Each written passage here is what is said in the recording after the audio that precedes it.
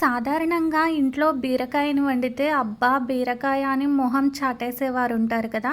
అలాంటి వారి కోసం ఈ వీడియో తప్పకుండా సేవ్ చేసుకోండి. Hi everyone, welcome back to my channel Telugu home foods.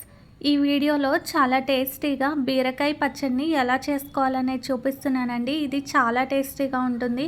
వేడి వేడి అన్నంలోకి మనం నెయ్యిని వేసుకొని తింటే చాలా బాగుంటుంది. మరి ఈ రెసిపీని చూడాలి అనుకుంటే వీడియోని ఎక్కడా స్కిప్ చేయకుండా చివరి వరకు చూసేయండి. స్టవ్ మీద పాన్ పెట్టి ఆయిల్ వేసుకున్న తర్వాత మినప్పప్పు, పచ్చెనపప్పు, నువ్వులు ఒక 2 స్పూన్స్, అలానే కొన్ని పల్లీలను కూడా వేసుకొని ఈ దినుసులన్నీ బాగా గోల్డెన్ బ్రౌన్ కలర్ వచ్చే వరకు ఫ్రై చేసుకోవాలి. ఇవన్నీ ఇలా వేగుతుండగానే ఇందులోకి ఒక 4 నుంచి 5 వరకు ఎండుమిరపకాయలను కూడా వేసుకోవాలి. మనం ఈ పచ్చడిని పచ్చిమిర్చి వేసి చేస్తున్నాం కాబట్టి ఎండుమిరపకాయలు ఎక్కువ వేసుకోవాల్సిన అవసరం ఏం లేదండి. జస్ట్ ఒక 2 లేదా 3 వరకు వేసుకోండి. ఇప్పుడు ఈ మిరపకాయలు కూడా బాగా వేగనివ్వాలి. ఇప్పుడు ఇందులోకే పచ్చిమిర్చిని కూడా యాడ్ చేసుకోవాలి. నేను పచ్చడికి సరిపోను మిర్చిని వేస్తున్నాను. ఘాటు ఎక్కువ ఉన్న మిరపకాయలు అయితే కొంచెం చూసి వేసుకోండి. ఇప్పుడు వీటిని కూడా మంచిగా గోల్డెన్ బ్రౌన్ కలర్ వచ్చే వరకు వేయించుకోవాలి.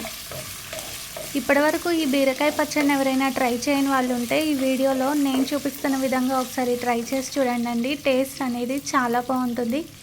కొంచెం సేపటి తర్వాత మనకి ఇవన్నీ బాగా వేగిపోయి కలర్ అనేది చేంజ్ అయ్యాయి కదా. ఇప్పుడు మనం స్టవ్ ఆఫ్ చేసుకొని ఈ పచ్చిమిర్చి, ఈ పోపు దినుసులు ఇవన్నీ మిక్సీ జార్లోకి వేసుకోవాలి. ఇదంతా ఇలా మిక్సీ జార్లోకి వేసుకొని దీన్ని కోర్స్గా గ్రైండ్ చేసి పక్కన పెట్టుకోవాలి. ఇప్పుడు ఇదే ప్యాన్లోకి మళ్ళీ ఆయిల్ని వేసుకోవాలి. తర్వాత ఇందులోకి మనం కట్ చేసి పెట్టుకున్న బీరకాయ ముక్కలన్నిటిని వేసి ముక్కలన్నీ పూర్తిగా మగ్గనివ్వాలి. మనకి బీరకాయ ముక్కలు అనేవి మగ్గడం కోసం టైం ఏం పట్టదండి. ఇవి త్వరగానే మగ్గిపోతాయి కాబట్టి మధ్య మధ్యలో కలుపుకుంటూ వీటిని ఈ బీరకాయల్లో నుంచి వాటర్ మొత్తం పోయి ఆయిల్ తేలే వరకు మగ్గించుకోవాలి. ఇవి మగ్గేలోపు మనం ఇందాక మిక్సీ జార్లోకి పచ్చిమిర్చిని వేసుకున్నాం కదా. ఇప్పుడు ఇందులోకి ఒక 1/2 టేబుల్ స్పూన్ వరకు పసుపు, అలానే సాల్ట్ని కూడా వేసుకోవాలి. చట్నీ మొత్తానికి సరిపోను సాల్ట్ని ఇక్కడే వేస్తున్నాను. ఒక 2 స్పూన్స్ వరకు సాల్ట్ని కూడా వేసుకున్న తర్వాత ఒక 3 వెల్లుల్లి రెబ్బల్ని, అలానే ఒక చిన్న నిమ్మకాయ సైజ్ అంత చింతపండును కూడా నానబెట్టి వేసుకోవాలి. ఇప్పుడు ఈ పచ్చిమిర్చి మొత్తాన్ని కోర్స్గా గ్రైండ్ చేసుకోవాలి. ఇలా గ్రైండ్ చేసుకున్న ఈ పేస్ట్ మొత్తాన్ని పక్కన పెట్టుకొని మనకి ఈలోపు బీరకాయ ముక్కలు అనేవి మగ్గాయో లేవో చూసుకుందాం. చాలామంది బీరకాయ పొట్టు ఉంచి కూడా పచ్చడిని చేస్తూ ఉంటారు కదా. మీరు ఎలా చేస్తారనేది నాకు కామెంట్ సెక్షన్లో కామెంట్ చేయండి. అచ్చం బీరకాయ పొట్టుతో చట్నీ చేసుకున్నా కూడా చాలా బాగుంటుంది. ఆ రెసిపీని కూడా నేను త్వరలో పోస్ట్ చేస్తాను. కొంచెం సేపటి తర్వాత మనకి ఈ బీరకాయ ముక్కల్లో నుంచి వాటర్ అంతా పోయి ఆయిల్ అనేది తేలుతుంది కదా. ఇప్పుడు మనం దీన్ని స్టవ్ ఆఫ్ చేసుకొని ఈ బీరకాయ ముక్కలను కూడా మనం ఇందాక గ్రైండ్ చేసుకున్న పచ్చిమిర్చి పేస్ట్లోకి వేసుకొని కోర్స్గా గ్రైండ్ చేసుకోవాలి.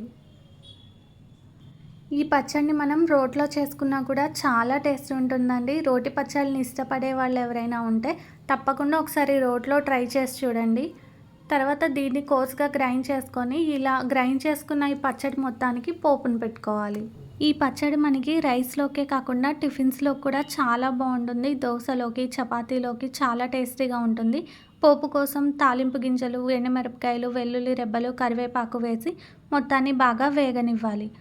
తర్వాత ఇందులోకి చిటికెడు ఇంగువను కూడా వేసుకొని పోపు మొత్తం బాగా వేగిన తర్వాత మనం గ్రైండ్ చేసి పెట్టుకున్న పచ్చడి మొత్తాన్ని ఇందులోకి వేసి ఒక 2 మినిట్స్ వరకు పచ్చిపోయే వరకు ఫ్రై చేసుకొని బౌల్లోకి తీసుకొని వేడివేడిగా రైస్లోకి సర్వ్ చేసుకుంటే ఎంతో టేస్టీగా ఉండే బీరకాయ చట్నీ అనేది రెడీ అయిపోతుంది. వీడియో నచ్చితే తప్పకుండా ఒకసారి ట్రై చేసి ఎలా ఉందో కమెంట్ చేయండి. ఇలాంటి మరిన్ని tasty and simple quick recipes కోసం ఛానల్ని ఇప్పుడే సబ్స్క్రైబ్ చేసుకొని పక్కనే ఉన్న బెల్ ఐకాన్ని ట్యాప్ చేసి ఆల్ అనే ఆప్షన్ని సెలెక్ట్ చేయండి. అలానే ఇన్స్టాలో, ఫేస్బుక్లో కూడా తెలుగు హోమ్ ఫుడ్స్ పేజ్ని ఫాలో అవ్వండి. లింక్ కింద డిస్క్రిప్షన్లో ఇస్తాను. మీరు వీడియోని లైక్ చేయడం వల్ల ఈ వీడియో అనేది మరికొంతమందికి రికమెండ్ అవుతుంది. మళ్ళీ నెక్స్ట్ వీడియోలో కలుద్దాం. అంతవరకు సెలవు.